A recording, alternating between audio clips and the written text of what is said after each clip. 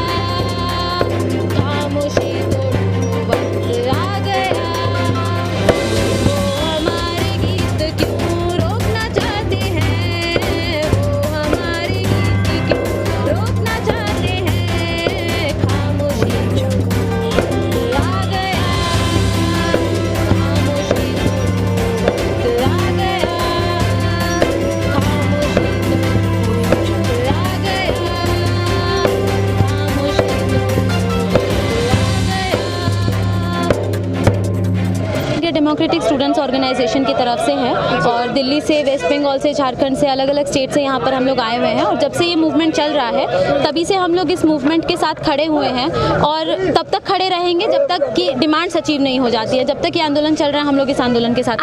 आपका नाम क्या है? मेरा नाम श्रेया है। कहाँ से आई हैं आप? मैं दिल्ली से हूँ, दिल्ली यूनिवर्सिटी की स्टूडेंट हूँ।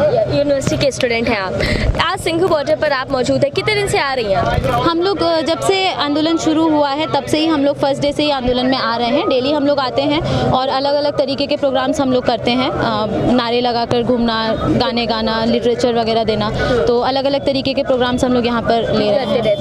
आप एक युवा हैं और शहीद भगत सिंह की अगर बात की जाए तो जैसा कि आप भी एक ऑर्गेनाइजेशन से जुड़ी हुई हैं, तो शहीद भगत सिंह भी यही कहते थे कि युवाओं का राजनीति में दिलचस्पी लेना बेहद ज़रूरी है। तो आप उस वजह से आ रही हैं या आपको वाकई में लगता है कि सरकार जो है वो कहीं ना कहीं अपनी जिम्मेदारी पूरी नहीं कर रही है? दोनों ही चीज़ें हैं, सरकार अपनी जिम्मेदारी पूरी नहीं कर रही है। और एक चीज़ हमेशा कही जाती थी कि जब भी कोई आंदोलन होता है तो छात्रों की, नौजवानों की उसमें सबसे महत्वपूर्ण भूमिका होती है। लेकिन हम लोगों ने इस आंदोलन के अंदर देखा कि किस तरीके से किसानों ने पूरे देश भर की जनता के सामने एक मिसाल पेश की। बैरिकेड तोड़ने की बात हो, पत्थर तोड़ने की बात हो, टीयर गैस हो, जो भी हो, वाटर कैनन्स हो, हर एक चीज़ को फेस करते हुए जो किसान यहाँ तक पहुँचे हैं, हम लोग उनके जज्बे को सलाम करते हैं। और ऐसे एक समय पर जब देश के किसान, इतने बुजुर्ग लोग यहाँ पर आए हुए हैं, आंदोलन कर रहे हैं, ऐसे में छात्र नौजवान क्या घरों में बैठेंगे अपने? तब फिर उनके छात्र नौजवान होने का क्या फ़ायदा है?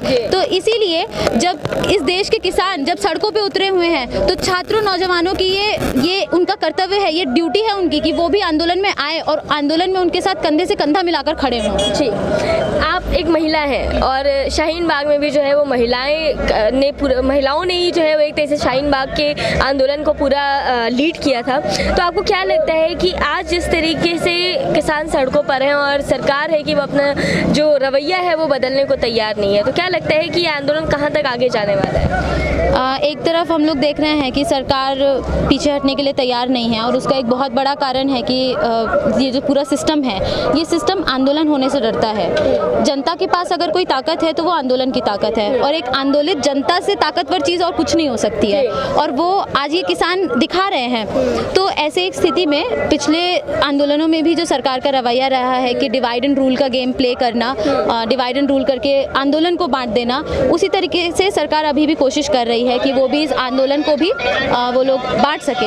लेकिन हम लोग देख रहे हैं कि किसान किस तरीके से एकजुट होकर, बहुत बार ये बोला गया कि पंजाब हरियाणा के थोड़े से किसान हैं, खालिस्तानी हैं, लेकिन तब भी हम लोगों ने देखा कि आंदोलन टूटा नहीं। तो जब तक ये आंदोलन इस तरीके से बरकरार है, सरकार इनको नहीं तोड़ पाएगी, इस आंदोलन को भी ख़त्म नहीं कर पाएगी। और अगर ये आंदोलन इसी तरीके से एकजुट होकर एक ऑर्गेनाइज्ड तरीके से एक मूवमेंट चलता रहेगा तो सरकार को सुनना पड़ेगा। आप एक युवा हैं, स्टूडेंट भी हैं, दिल्ली यूनिवर्सिटी में आप पढ़ती हैं, आज आप यहाँ पर आई हैं किसानों के बीच में, लेकिन वहीं दूसरी तरफ सरकार ये कहती है कि किसानों को तो पता ही नहीं है कि आखिर इस बिल में क्या है। राजनाथ सिंह वहीं ये बयान दे रहे हैं कि एमएसपी नहीं हटेगा, आश्वासन दे रहे हैं। तो क्या लगता है आपको कि क्या किसान वाकई नहीं समझ पा रहे हैं क्या? वो लोग तो किसानों से आके बात नहीं कर रहे, वो लोग तो कहीं और जाकर मीटिंग्स कर रहे हैं, वो कहीं और जाकर सभा कर रहे हैं, तो वो ये कैसे बता पाएंगे कि किसान समझ रहे हैं कि नहीं समझ रहे हैं? आओ ना, सिंघू बॉर्डर जाओ, टिकरी बॉर्डर जाओ, गाजीपुर बॉर्डर जाओ, किसानों से बात करो, किसान बताएंगे आपको कि वो कितना समझ रहे हैं और कितना नहीं समझ रहे हैं। और जो लोग इस आंदोलन के समर्थन में यहाँ पर आ रहे हैं, हम लोगों जैसे लोग जो इस आंदोलन को समर्थन देने के लिए आ रहे हैं, वो लोग भी समझ पाएंगे कि किसान कितना इस बात को समझ रहे हैं। बल्कि मेरा ये एक्सपीरियंस रहा है कि बहुत सारे ऐसे लोग जो इस तरीके के मैसेजेस पढ़ के या वीडियोस देख के ये समझ रहे हैं कि किसान कुछ नहीं जानते हैं। मुझे भी पर्सनली मुझे बहुत लोगों ने ये बोला कि आप क्यों इस आंदोलन में जा रहे हो, तो ऑपोजिशन करा रहा है। मेरा पहला सवाल था, आपने बिल पढ़ा? उन्होंने नहीं पढ़ा था। तो जो लोग खुद नहीं पढ़े हैं ना, वही लोग सवाल कर रहे हैं कि किसान कुछ जानते नहीं है। आप आओ ना सिंघू बॉर्डर, आप आंदोलन की धरती पे जाके तो देखो, आप जाके बात करो किसानों से, किसान बताएंगे कि वो क्यों यहाँ पर आंदोलन करने के लिए आए हुए हैं। ठीक है, आखिरी सवाल मेरा आपसे यही है, सरकार से क्या कहना चाहेंगे? देश के युवा क्या कहना चाह रहे हैं? देश के युवा सरकार से यही कहना चाहते हैं कि वो लोग अभी जनता की ताकत को शायद समझ नहीं पाए हैं, या जो भी है मैं नहीं जानती, लेकिन जनता के पास आंदोलन एक बहुत बड़ी ताकत है और ये आंदोलन आगे बढ़ेगा। हमने CAA NRC के मूवमेंट के टाइम पर भी देखा, बहुत कोशिश की उसको तोड़ने की। अभी भी हम लोग देख रहे हैं कि इस आंदोलन को तोड़ने की पूरी कोशिश की जा रही है, लेकिन इस देश के किसानों के साथ देश के छात्र, नौजवान, महिलाएं, युवा सब लोग खड़े हुए हैं और वो इस आंदोलन को तोड़ नहीं पाएंगे। और सरकार ये भी जान ले कि हम लोग तब तक अड़े रहेंगे, तब तक हम लोग लड़ते रहेंगे जब तक हमारी डिमांड्स अचीव नहीं हो जाएंगी। लड़ना है भाई, ये तो लंबी लड़ाई है, जीतने के वास्ते मशाल तो जलाई है, तो लड़ना है भाई, ये तो लंबी लड़ाई है।